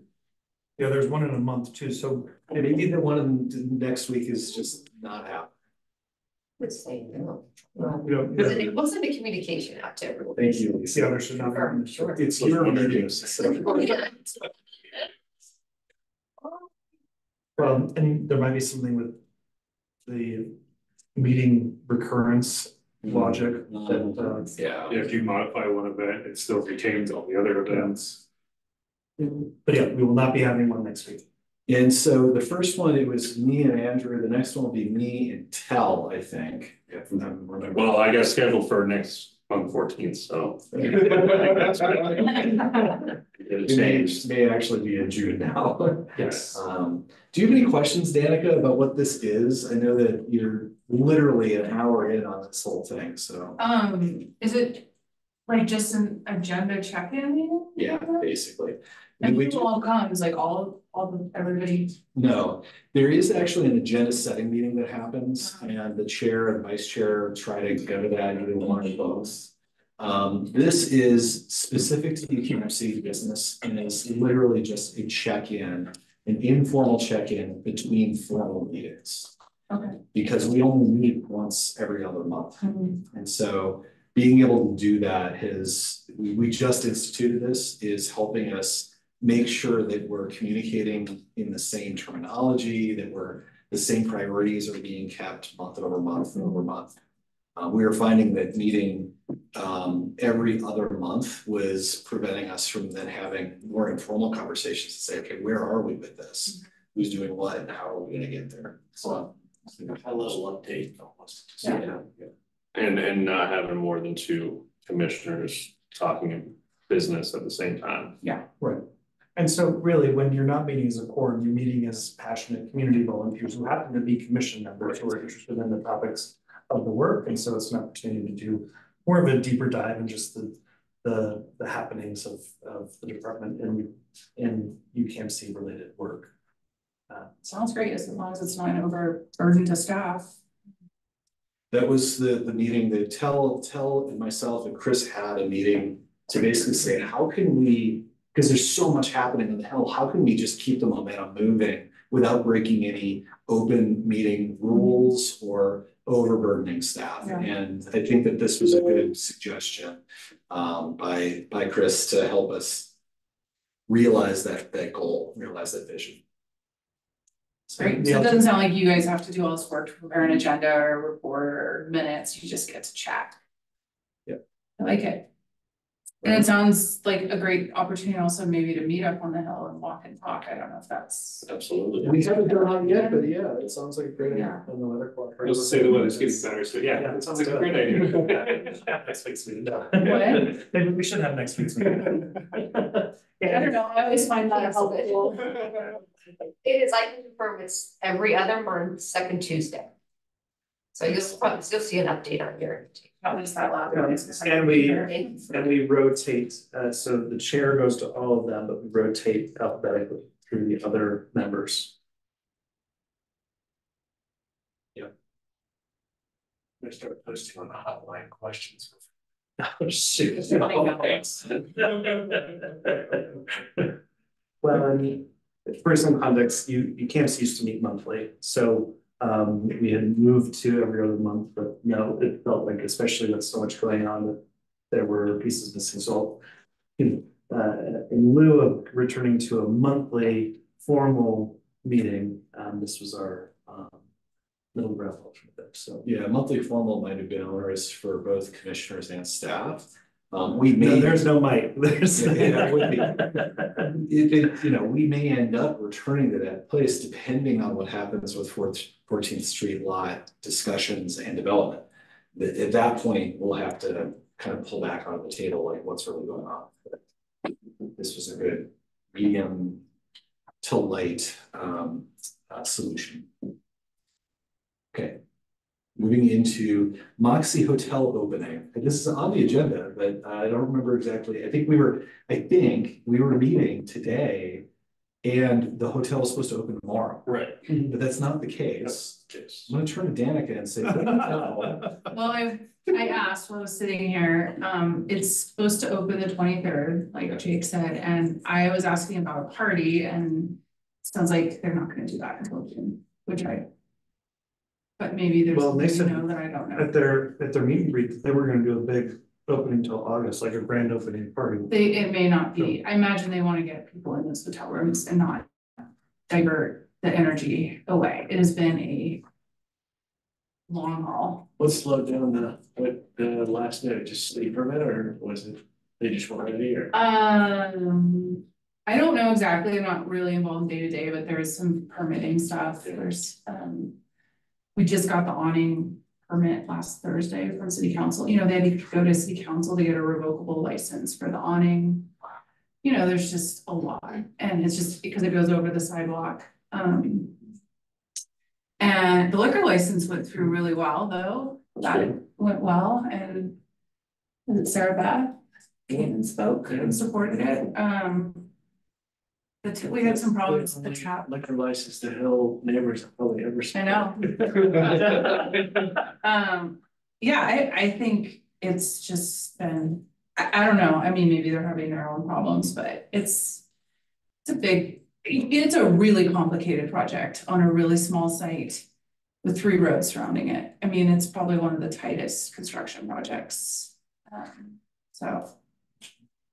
But I saw the landscaping going in. It looks gorgeous. It's gorgeous. It's so pretty. Walking down Broadway is a completely different feel. The Moxie on And your you left, can walking walk down. through it. Yeah, we came back through it. Yeah, it was it's got that beautiful. stadium seating thing in the middle and it's outdoors, which is pretty. And I toured the building. I'm sure you guys have all been in there. Mhm. Oh, well, we'll have to make that happen. Yeah, That's what I was that's cool. asking Matt Joblin. I'm like, when do we, I want to invite you all when there is a party, but the lobby's gorgeous. Umoka did the art, so it's got local artists. It's just really pretty, I think. Rooms are Small. small, but I cool, like it, but yeah. really cool. That means, like, I was thinking about it, that without sofas, nobody can really party in their room, so they've got to go out. That's what they thought. Genius. Yeah. We can still party. I mean, Well, no, the rooms are really small. I think the lobby is really big. The Uh-huh. lobby is just really cool. And there's like so many more meeting rooms than I had envisioned, like big banquet rooms and meeting rooms. And the other thing I was saying is like what I love is that every view from each side of it is different. You get this beautiful view of downtown Boulder, a really cool view of we get the epic Flatirons, you get the mountains, and then you get the hill, like you can see the hill, and then you can see the university. So like literally you could kind of pick, it's just a different landscape that I don't think you experience, like the 4 seasons of Boulder. So that was really nice. And the hot tub's really small. And the is really small. It is. So they had some major occupancy. It's all one building, so it was super complicated. Shears Atkins Rockmore, I think, did an incredible job on that design. So I'm ready to go and celebrate, but Yeah. I think it's just a hard project. And trying to build something on Broadway is not easy. That's experience. Once in a generation, yes, once in a generation project for sure. Yeah. And nobody, and they didn't get the hot pink sign. Did we talk to you about the hot pink Yes. sign? Yeah. They didn't, the developer didn't want the hot pink sign. Moxie, no, the city said it's fine. Like City said you Miami can Vice, do- like, That's what Moxie does, yeah. oh, okay. And the developer didn't want hot pink, they wanted classy, and so they won, they got the bronze. And see you go, basically. Right. Right? Yeah, I think it worked out. I think it's Yeah, great, it's good. Yeah. it's classy, but still. Fun. Thank you for the update. Yeah, I'll share more, but he did say May 23rd, so I don't know, is that like a weekend? I think that's the day of Memorial Day weekend. Yeah, That would be that's- nice. Thursday. So Thursday, okay. Okay, anything else around Moxie Hotel before we move on to the 14th Street lot activation for CU football season? You touched on this in your presentation, and I think that we've been all very curious about what can happen to help support ideas around that. Given all the recent press about the CU football team, this may be the final season that we can possibly try to activate, but is there anything that this commission can do to support your work there in terms of figuring out how we can activate the 14th Street lot? I mean, from my perspective, I think we're open to creative strategies there. We did receive a proposal from a design firm recently that we weren't super stoked on. We just didn't think it would be engaging or activating enough with the CU student population. And so I'm actually chatting with someone tomorrow about that proposal to see how maybe we can revise it and make it better fit for the hill and for the 14th Street lot. But I'm open to ideas. Would love to do something there this summer. We have a parklet that's in storage, an outdoor dining parklet. I was brainstorming today, like, can we put that there and do something creative? But I'm open to feedback. But it sounds like, I remember, I think you said this at the last meeting, Chris, is that the city's not really trying to prove it's up to somebody to come up, step up to the plate. That's right, and you'll- yeah. But you'll work with them if they do. And we can bring some resources to the table and try to make the process as easy as possible. But we don't want to be party planners. It's like it's in the weird territory for us. Is this something that we should be getting involved with, Visit Boulder with? Yeah. And using Emiliano and Charlene Power to come up with something. That would probably, she seemed to be reaching out to us and letting us know that she can help us. So probably a bad idea to try and use that. Maybe an intersection between Visit Boulder and, like the Alumni Association, like I mentioned before, who basically plans homecoming. Yeah, no, I know school events, yeah. Yeah. Maybe that's what we should do on the next meeting. What's the goal of the parking lot, like engagement? What's the purpose? is it just to bring people to the hill and like just kind of, is it to, Yes. okay. So it was one of the recommendations that came out of the ULI report from last year was instead of focusing on trying to turn around a big redevelopment of that parcel right now, focus on some of these other things, the connections and the work that we have been doing in the wayfinding, and use the in-between time to do soft activations of space that might translate into a different conversation about how we want to use that space, because there has been a lot of conversation around we need to make sure that we are building revenue generated parking on that space because it's our last opportunity to do so. But the ULI report suggests that maybe we'll discover different uses of the space in between time before we move into that redevelopment phase.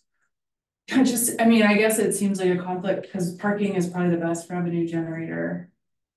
And Like it's gonna be hard. Maybe the most necessary thing on the hill. Well, I don't know. I think parking revenue is hard. I work with a church that is across from CU and they create insane amounts of revenue around their parking space. So it's hard, like what can you do that also generates revenue to match that? Do you need to match it? I don't know. And Well, what is soft activation? You know, what is we don't currently sell parking permits in the 14th Street lot, doesn't mean we can't. do you charge for football parking? We do not have any of that. We in any of our city managed lots, we don't do any special event rates.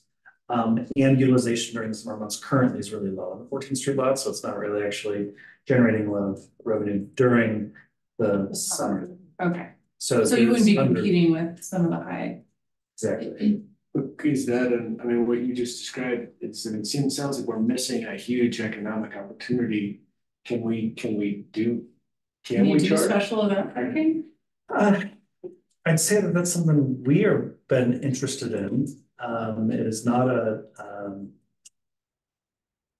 if we were to go down that route, you all serve as the advisory board of directors of UJIT, so we would definitely need to make sure that council is on board as the actual board of directors of UJIT, and that's not something that we've heard from them in the past. We've tried to charge for weekend parking, a $3 flat rate for our downtown garages. Our busiest day in our downtown garages is Saturdays.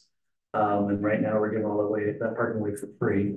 We've been unsuccessful in that. So we're not, I'd say that we're very open to that possibility. So you could just pull up into that parking lot and pay like the daily rate where everybody else is charging like $50 or $100. $50. Unless it's a Sunday, that's free. Well, I think there's a cap on the amount of time that you can stay in that. I thought so there's a cap on the football game. That lot has pretty long, yeah. Doesn't have a one time. Yeah, but yeah, and if it's after 7, then it's definitely free. So, no, we are definitely not realizing all of our revenue opportunities in that lot for sure. But I would say that, well, I would say that the 14th Street lot is never going to solve our parking and access related challenges on the hill. That even if we were to build only parking there, we would still have parking and access related challenges on the hill. So that's part of this conversation that we want to be having is what is the long-term vision and how do we move toward that? There is a suggestion in the ULI report that University Hill is our next great pedestrian space. And what does, how do we, if that is true, that's a conversation we want to have for the steps that we're taking in that direction. So more to come on the conversation. Certainly there's money that we leave on the table as the city of Boulder in our management of all of the parking that we manage, because we try to balance the revenue possibilities with the needs and wants of the business communities that we're serving. And there's a lot of different feelings about how much we should be charging for parking in that realm. Well, I'm new to this thing, so it feels like anything you do there, you don't want to detract from the other hill businesses. So to me, it's like a come here and get something to go there. Like it's a check in here and get, I don't know, something to go to the businesses and not like doing I just can't see being like, come to the pop-up something on 14th Street parking lot, like, it's like we're trying to create something when we're already don't have enough business on the other businesses, so I don't know why, I don't know, I'm trying to see I don't know what that would be.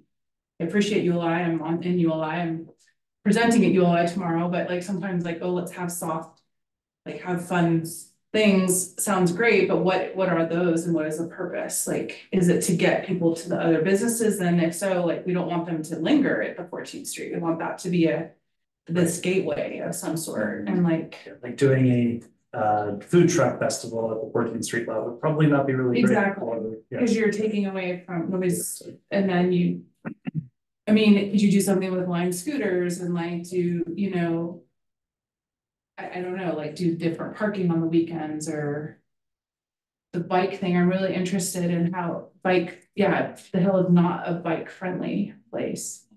So how do you, maybe there's something around that. And that is something, so some of the proposals that have been entertained, is there a miniature golf application, or maybe there is a pump track, you know, what's a unique draw to this space that makes people think, oh, I want to go to the Hill today because there's this thing. So thinking of like an activity or a game that draws students and residents. Cornhole competition. Well, what it said, did you just volunteer? You're gonna like I did not volunteer. I just said like a cornhole. I mean, I won the national cornhole championships in Ohio like 20 years ago. Like, you could do something like that. I know, but you can't have booze, so I'm guessing unless you go like with some work, yeah. And that's the thing. And again, we're trying to create the space for folks who are excited to do, because we do have activations on the Hill all the time.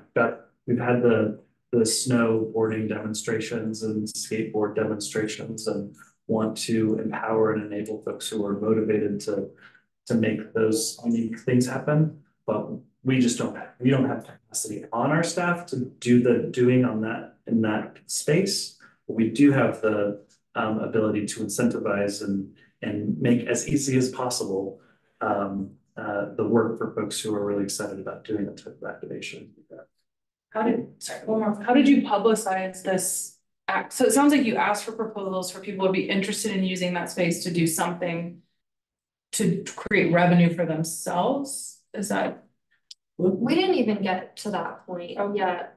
So, you know, do you even have the background on how we got a proposal? We haven't gone through a solicitation process. We're right now just sort of fielding other things in the community that we see would align, trying to bring them in. And the concept being that, you know, there's a lot of evidence about loss leader concepts, feeding business, feeding activity. And so it's along those lines is when we see that there's an opportunity. I think eventually we might get to like actually soliciting proposals. But one of the things that's sort of a weird truth about loss leader is that it's got to be individualized for the area. And so there actually has to be a little bit of digging into the uses. For instance, you know, if we were to do something over the summer in this location, it might be something about families and reintroducing family activity to the Hill, which I know in the past has been something that's, you know, been a perceived challenge.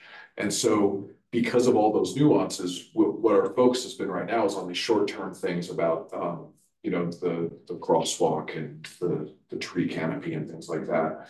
And so I think if we find a great opportunity, we're open to it and pursuing it, but we need to design a program if we're going to set up proposals that, you know, sort of in response to the exact location.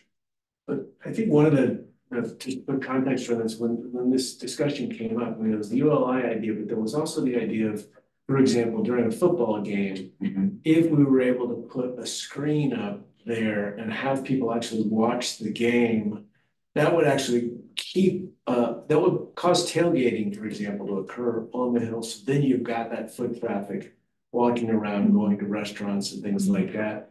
And so that's just a unique one-off. You know, if you've already got this giant event going on, how can we capitalize on that? And we were also talking about that in relation to the Dead and Company shows that were happening, where it was like, is there any way that could be a thing, that we can use that space to have participants in this giant show that's happening at the stadium end up in the parking lot. This year, we're gonna have Tyler Childers and then Odessa at the stadium. It's gonna bring in 55,000 people per show. Is there a way of there being an activation on the hill that's really attracting people? And so there's a space there that's happening. With Den Company, BVSD was able to create a shakedown street, a space where independent vendors could set up, and that thing was the circus. And practically, I mean, there was many people there, more crowded than the Creek Fest, frankly. And so is there a way of doing that on the hill? So Okay, we're doing that that. helps. Yeah. And don't think that you're like so new to this. We're really just grappling with these questions and trying to figure out how to do this. Your thinking is so helpful because I haven't been thinking that way. You've said some things here that have really gotten me thinking about what we should try to do or not do. Yeah, that's a really interesting example about BVSD. Yeah, they can do it. They were Did it in- just kind of happen spontaneously? We tried. They are not subjected to the same city regulations when it comes to licensing and some of the activity that occurs in the shakedown street. Okay. High, I mean, drugs are everywhere. Oh, okay. It's shakedown street. Okay, yeah, I think that's interesting. It's a tough space. I mean, I think that I'll definitely think about it.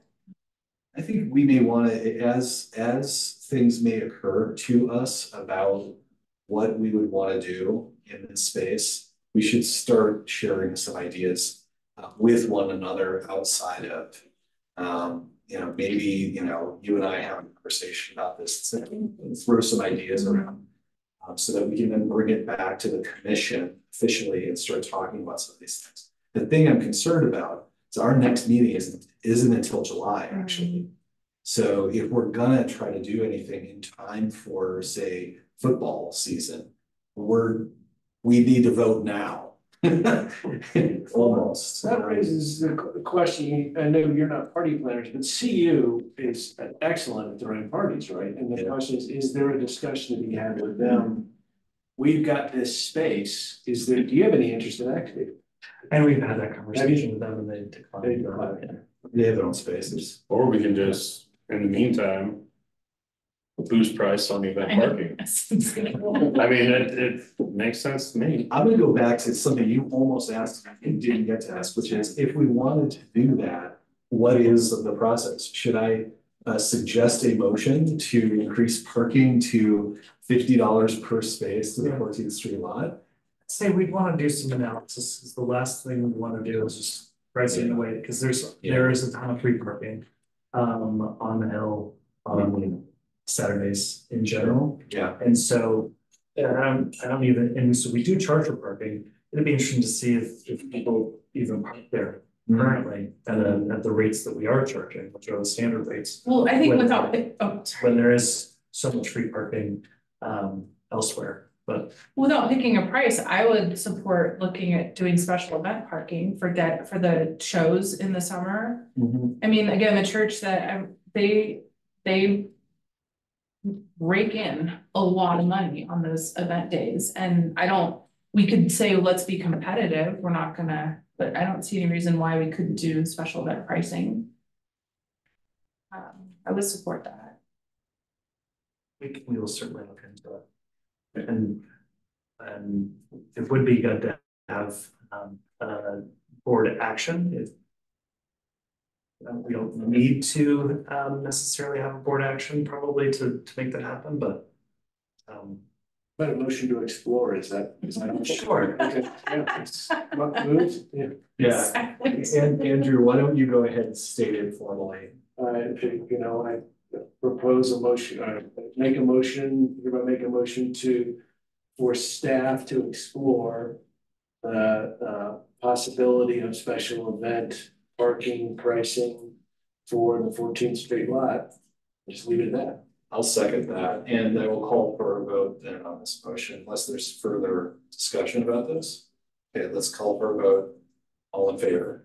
So there you go. You got what you need to kind of move that forward a little bit without giving it too many teeth, right? We're not dictating something there. I appreciate that discussion. And Danica, again, just to reiterate, you were literally entering a conversation about new ELI tab here that we're really just starting to grapple with. So Yeah. yeah, your thoughts are really helpful. Well, and maybe with that special event pricing, maybe there's an incentive to go visit the businesses and get what's it called? Validations. Yeah. Validation. I know that takes manpower. You don't know how you would do that, but maybe there's a way then you could say, oh, we'll take $5 off your price if you go visit a business or something. I don't know, just trying to, keep people or attract them to that part of town after the game, the adulting thing that we're hoping to achieve, right, with all these hotels. Well, and I think one of the big differences between the parking lots that you're talking about with your clients and this is that that's literally right next door. It is. So that's the one other thing. The 14th Street lot, a lot of people have been lived here many years and have no idea it even exists. So there are some challenges in terms of activation that I don't think those parking lots have the same issues with. No, but I think there are people that will pay to know that they just have a safe place to park and don't have to worry about it getting towed or whatever happens. There's lots of people that will do that. There's lots of people who will run around and move their car, to avoid paying a fee. For sure. All right, we have reached the end of our agenda and we've also reached the end of the allotted time for this commission meeting. Is there anything else anyone wanted to bring up at this moment? The one thing I'm going to bring up is that our next meeting is on July 9th, which means if we're doing an every other month informal meeting, I'm wondering if we do one in June. Okay, then the next one will be August. Great, and that's already happened. Excellent. And can we make sure the informal meetings, maybe they get listed on the agendas moving forward? Sure. Great. All right, is there anything else? Meeting adjourned. Thank you. Thank you. Thank you. Please take cookies. I'll take some. Hey, girls, love you.